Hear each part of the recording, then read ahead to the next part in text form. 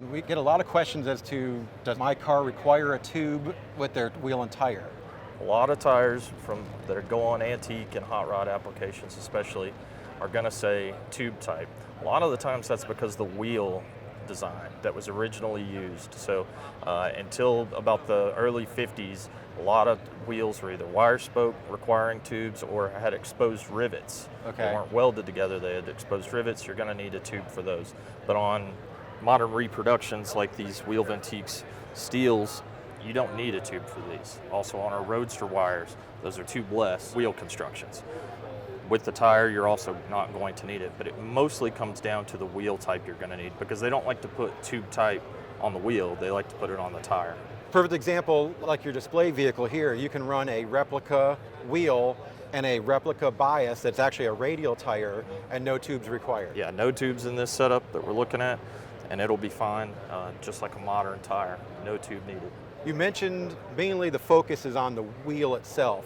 So describe what a customer would need to look for in their wheels. Typical giveaways of a vintage wheel or original is it's a 5/8 inch valve hole.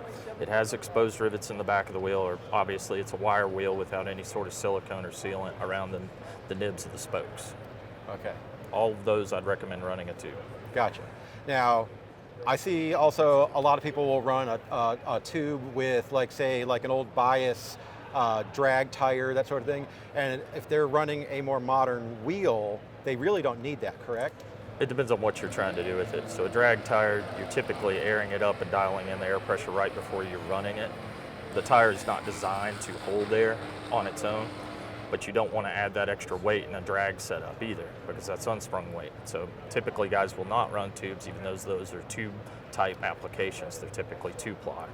So I would, if you're wanting to have the drag cars sit in a showroom and look nice, probably run a tube, but if you're actually wanting to use it for racing, you would run the tube. You want to get that air down so you can get that wrinkle wall and Yeah. get the maximum traction out of that tire. Exactly.